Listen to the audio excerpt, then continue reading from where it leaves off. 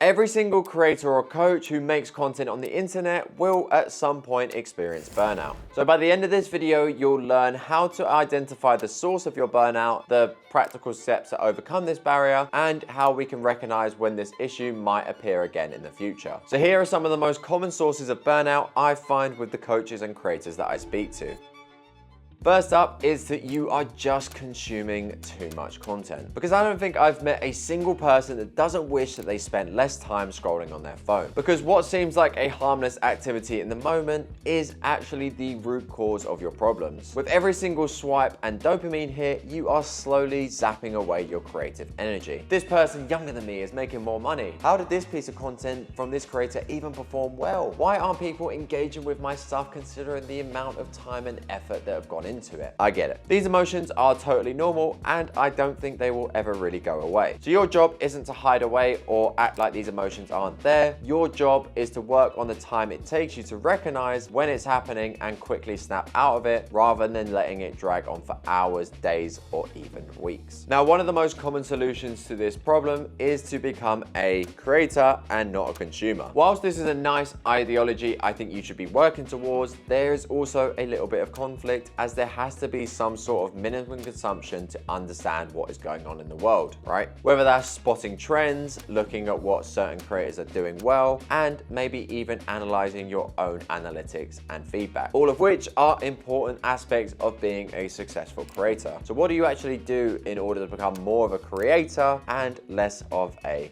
consumer? The first thing we need to work on is intentional versus unintentional consumption. As whenever you are consuming content, you will fall into either of these buckets. Our goal is to prioritize as much time as possible to this intentional consumption, as this is when we're most likely to absorb the information being presented to us. An example of this is actually you making it to this point in the video, so shout out for you doing so. Now, an easy way for you to be more intentional with your consumption is to set some sort of rules or restrictions in place. Here's a few examples of how I've done this in the past. Download a blocking app. So for example, for me, I have my WhatsApp and Instagram disabled before 9 a.m. and after 8 p.m. Or if you want to take it a step further and go even more hardcore, you could set daily limits with these apps. For example, I was really struggling with my Instagram consumption and just set a limit for 30 minutes per day. This was obviously difficult to stick to as, you know, I wanted to go on Instagram to post things, but if I then reached this 30-minute limit, I could then not access Instagram the next day. So it meant I was really intentional with when I was using the platform on my phone. You could then look at environment changes. So for example, no phones in the bedroom. If you need an alarm, just get a manual clock or use an old phone that has no social media or messaging on it. Similarly, no social media on the couch. Again, it's just easy to get comfortable and lost in a social media vortex. Now, the issue with intentional consumption is that people just automatically default this with always learning. Every workout they do, they have to listen to an Andrew Huberman podcast. Every walk outside is accompanied by Chris Williamson talking about why men can't get laid. Or anytime you go to cook or eat a meal, you have to find the perfect 20-minute Alex Hormozy video that is going to revolutionize your business. Now, whilst there is a lot worse you can be listening and watching, and trust me, there is a lot of garbage out there that you can be filling your mind with, there is also nothing wrong with intentionally consuming content that helps you to zone out. Because I think as business owners, coaches, creators, we're always focused on optimizing our time as best as possible. Whereas if we spent a little bit more time intentionally consuming content that either helps us to relax or inspire our creativity, we'd be much better off than just consuming self-improvement content with every spare minute that we have in our day. Now, the second form of burnout, I believe, stems from not having enough play in your content creation. Again, as business owners, we like to have as much control as possible, and because of that, can be a little bit unwilling to take risks within our own content. We just want to maximize our time and make the content that has the highest chance of performing well. So we end up looking at what other top creators are doing, copy that, and hope that we get the same results with our own content. Now, the issue isn't the potential results that you might get from actually doing this. It's that I've seen so many creators burn out from making content because they just get sick and tired of the process and don't even enjoy watching their own videos back. Now, this is a question I discussed with Rob Lipsett on one of my guest calls inside of my group, the Shredded Editor Academy, where I help coaches and creators make better content that actually signs clients. So if you want to learn a little bit more about that, then click the top link in the description below. Rob has been creating YouTube content for over a decade and amassed 500,000 YouTube subscribers. And on that call, he talks about the importance of variety in content creation and allowing the natural phases that will occur. It might not be the most optimal for the algorithm or for views, but it will allow you to show up constantly without burning out. You're then able to have fun throughout the process and build a personal brand that lasts a decade, not 6 months. This is something I continually lean on within my short form content and has helped with my consistency a lot this year. Because when needed, I've just started to experiment with more content that I find funny to create. This has been memes whilst out in Brazil, talking more traveling advice, and even a vlog series where I document myself trying to become the most shredded video editor on the planet. None of these posts are probably going to land me directly any more clients,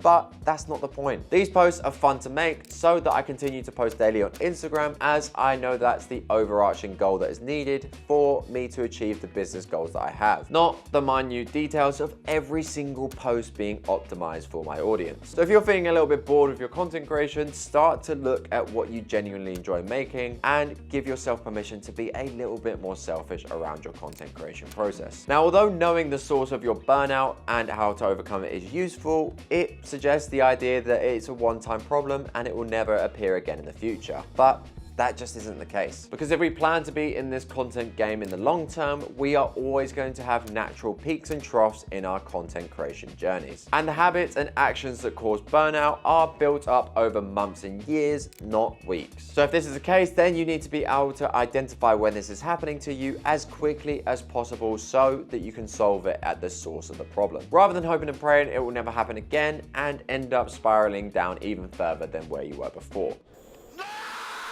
So here are the specific warning signs that you need to look out for. Continually dreading the thought of recording and editing content. Now I get it. Content creation is a part of your job, and some days you will just have to show up when you necessarily don't feel like it. But you shouldn't be waking up every single day hating the process of creating. If that pattern starts to appear frequently, then that is a sign that you need to start adding more play and more fun into your creation process. Consumption increasing. This usually shows itself when you start to slack off on the initial habits that you've introduced in the past. Maybe the phone starts to come to bed with you more often and scrolling before bed quickly becomes your new norm. You start to ease off the daily limits you've initially set for yourself as you convince yourself that you've fixed the problem. That is until it's slowly become part of your normal routine again and you are unsure as to why you start to feel less and less creative. Now, to prevent these issues from spiraling is pretty simple. Introduce a simple review habit as part of the long-term process. Now, this can be weekly, monthly, or even quarterly depending on your preference. The key with this step is to just check in with yourself and ask yourself the important questions so that these old habits don't creep too far in and plant the seeds in your mind that you're going to have to then re-dig out. These questions could be things like, am I posting less than I was a month ago? When did I last make a piece of content purely because I wanted to? Am I comparing myself to other creators more than usual? The key with these questions is the ability to check in with yourself, again, to stop that spiraling happening altogether. And if you haven't already, make sure to hit the like button on this video so that you can refer back to it if it ever happens again in the future. And for more videos like this, be sure to hit that subscribe button as well.